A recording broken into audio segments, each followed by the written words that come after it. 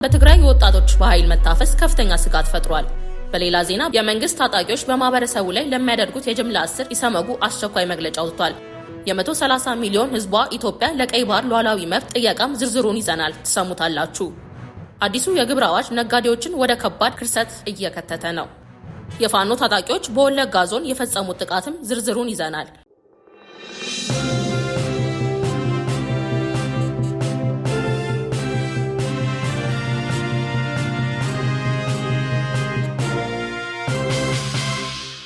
ሰላም ጤና ይስጥልኝ። የተወደዳችሁ የመረጃ ሊንክ ቤተሰቦች ዝርዝር ትንታኔውን እንደሚከተለው እናሰማቸዋለን።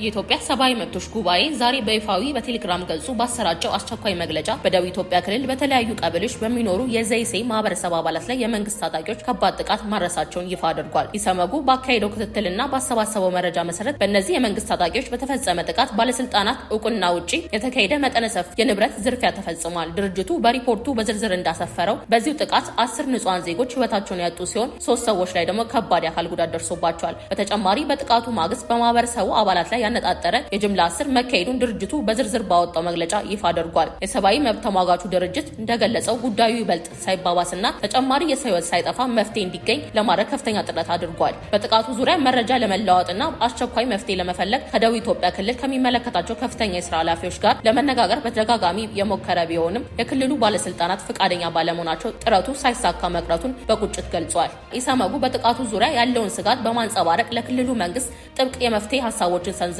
በዘይሴ ማህበረሰብ ላይ እየተፈጸመ ላለው የሰብአዊ መብት ጥሰት ልዩ ትኩረት በመስጠት አፋጣኝና የማስተካከያ እርምጃ እንዲወሰድ አሳስቧል። በሌላ በኩል የዜጎችን ህይወት የቀጠፈ የአካል ጉዳት ያደረሱና የንብረት ዝርፊያ የፈጸሙ የመንግስት ታጣቂዎችና ተባባሪዎች ተለይተው በአስቸኳይ ለህግ እንዲቀርቡ ጠይቋል። በጅምላ የታሰሩት የዘይሴ ማህበረሰብ አባላት በህግ የሚፈለጉ ቢሆን እንኳን ሰብአዊ መብታቸው ተጠብቆ በተገቢው የፍትህ ስርዓት እንዲስተናገዱ ፍርድ ቤት የመቅረብ መብታቸው እንዲከበር በጥብቅ አሳስቧል።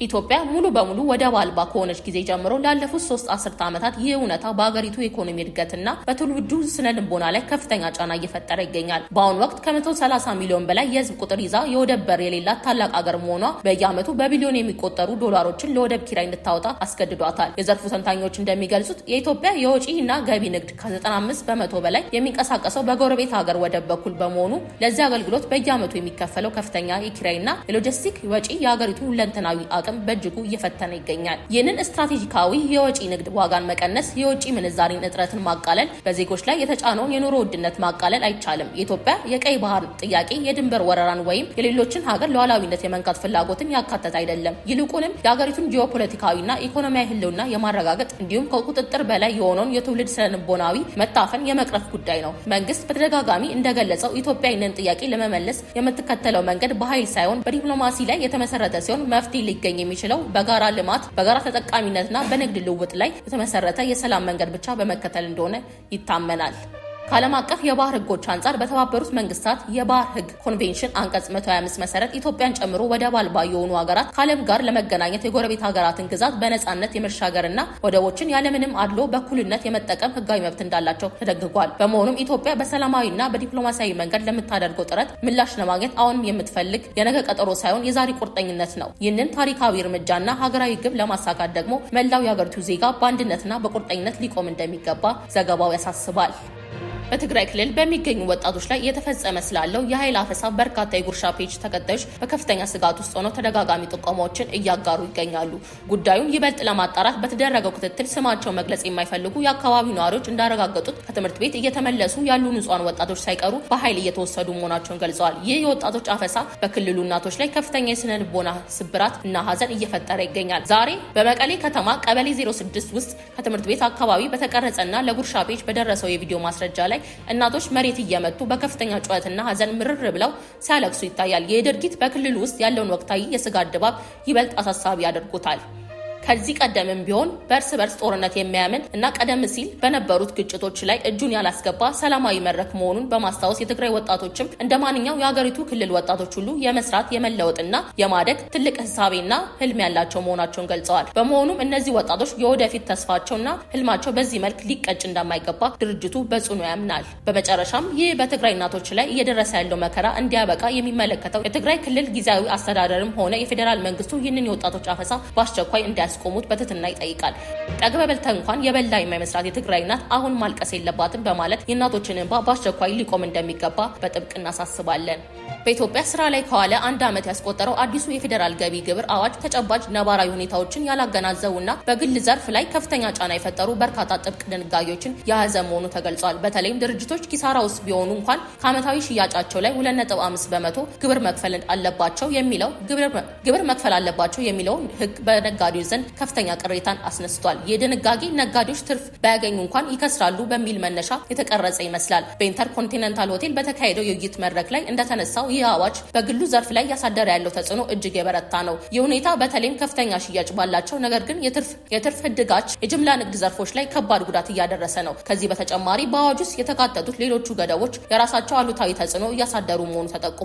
በአንድ የንግድ ግብይት ወቅት ከ50 ሺህ ብር በላይ በጥሬ ገንዘብ ከተከፈለ ያ ወጪ ከታክስ ተቀናሽ እንዳይሆን ውድቅ እንዲሆን የሚደረግ ድንጋጌ ሌላው ፈተና ሆኗል። አዋጁ በአሁኑ ወቅት በሀገሪቱ በሰፊው የሚተገበሩትን እንደ የግብርና ምርት ገዢ፣ ትራንስፖርት፣ ባህላዊ የጅምላ ገበያዎች ነባራዊ ሁኔታ ከግምት ውስጥ ያላስገቡ አሰራሮች የያዘ መሆኑ ተነግሯል። የደረጃ ሀ እና ለ ታክስ ከፋዮች በየ3 ወሩ የቅድሚያ ግብር መክፈል አለባቸው የሚለው ሕግ በተለይም በብድርና በዕዳ ጭምር ለሚንቀሳቀሱ ነጋዴዎች ላይ መሸከም የማይችሉት ከባድ የፋይናንስ ጫና ፈጥሮባቸዋል። ይህ የአዲስ አበባ ንግድ ዘርፍ ማህበራት ምክር ቤት ያዘጋጀው የውይይት መድረክ የንግዱን ማህበረሰብ አባላት፣ የከተማዋን የንግድ ቢሮ የስራ ኃላፊዎች እና የገንዘብ ሚኒስቴር ተወካዮችን በአንድ ላይ ያሳተፈ ነበር። በኦሮሚያ ክልል ሆሮ ጉድሩ ወለጋ ዞን ውስጥ በንጹሃን ዜጎች ላይ የተፈጸመውን አሰቃቂ ጥቃትና የደረሰውን የህይወትና የንብረት ውድመት አስመልክቶ የአካባቢው ነዋሪዎች እና የአስተዳደር አካላት ተናግረዋል። ጥቃቱ የተሰነዘረው በሆሮ ጉድሩ ወለጋ ዞን በአምሩ ወረዳ ስር በምትገኝ አገምሳ ከተማ እና በዙሪያ ባሉ መንደሮች ውስጥ ነው። ታጣቂዎቹ ጥቃቱን የሰነዘሩት ማክሰኞ ሰኔ 23 ቀን 2018 ዓ.ም ከሌሊቱ 11 ሰዓት ጀምሮ ነዋሪዎች ገና ከእንቅልፋቸው ሳይነቁ በነበረበት ወቅት ነው። በጥቃቱ ሳቢያ በአጠቃላይ 11 ሰዎች አሰቃቂ ሁኔታ መገደላቸውን ነዋሪዎቹና የዞኑ አስተዳደር ገልጸዋል። ከዚህ በተጨማሪ በርካታ ሰዎች የአካል ጉዳት ደርሶባቸዋል። ነዋሪዎች እንደሚሉት ከሆነ ጥቃቱን የሰነዘሩት ከምስራቅ ወለጋ ዞን ኪረሙ ወረዳ የመጡ የፋኖ ታጣቂዎች ናቸው። የአምሩ ወረዳ የፌስቡክ ገጽ ታጣቂዎቹ በአገምሳ ከተማ ተኩስ በመክፈት በሰው ሕይወትና በንብረት ላይ ጉዳት ማድረሳቸውን አረጋግጧል።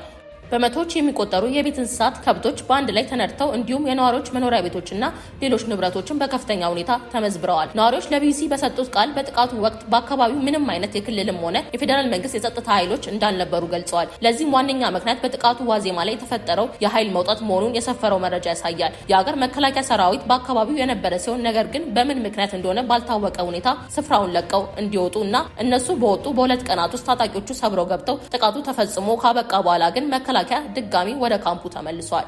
ናሳ ታይቶ የማይታወቅ የህዋ ላይ የነፍስ አድን ኦፕሬሽን አሰማራ። የአሜሪካው ብሔራዊና የህዋና የኒውክሊየር አስተዳደር ከህዋ ምህዋሩ ወጥቶ ወደ ምድር እየወደቀ የሚገኘውን ስዊፍት ኦብዘርቫቶሪ የተባለው ጠቃሚ የጠፈር ቴሌስኮፕ በቁጥጥር ስር ለማዋል የሚያስችል ታሪካዊና አዲስ የጠፈር መንኮራኩር ትናንትና አርብ አስወንጭፏል። የአይነቱ ወደ ምድር የሚዘገዘግና ሳተላይትን በህዋ ላይ ቀልቦ የሚያዝ ሙከራ በዓለም የጠፈር ታሪክ ውስጥ ከዚህ ቀደም ተሞክሮ የማያውቅ የመጀመሪያ መሆኑ ተገልጿል። ግዙፉ መኪና የሚያለውን 3 ቴሌስኮፖችን የተገጠሙለት ይህ ሳተላይት መጀመሪያ ላይ በ6 ኪሎ ሜትር ከፍታ ላይ ይገኝ የነበረ ቢሆንም አሁን ግን በፀሐይ ግለት ምክንያት ወደ 360 ኪሎ ሜትር ዝቅ ብሏል። ሳተላይቱ በ186 ማይል ከፍታ ላይ ከመረሱና ሙሉ በሙሉ ተከስክሶ ከመውደሙ በፊት እሱን ለማዳን ሳይንቲስቶች የ1 ዓመት ጊዜ ብቻ ነበራቸው። በአውሮፓውያኑ አቆጣጠር በ2004 ወደ ህዋ የተላከው ይህ ቴሌስኮፕ በዩኒቨርስ ውስጥ የሚከሰቱ እጅግ ከፍተኛ የኃይል ፍንዳታዎችን የሚያጠና ነው። እነዚህ ፍንዳታዎች በጥቂት ሰከንዶች ውስጥ ጨረቃ በ10 ቢሊዮን ዓመታት ውስጥ ከምትለቀው ጋር የሚስተካከል እምቅ ኃይል የሚያመነጩ በመሆናቸው ይህንን ክስተት ለማጥናት ቴሌስኮፑ በአይነቱ ብቸኛው አማራጭ ነው። ናሳም ስዊፍት ኦብዘርቫቶሪን የመሰለ ሌላ ቴሌስኮፕ የሌለው በመሆኑ ሳተላይቱን ለማዳን ወስኗል።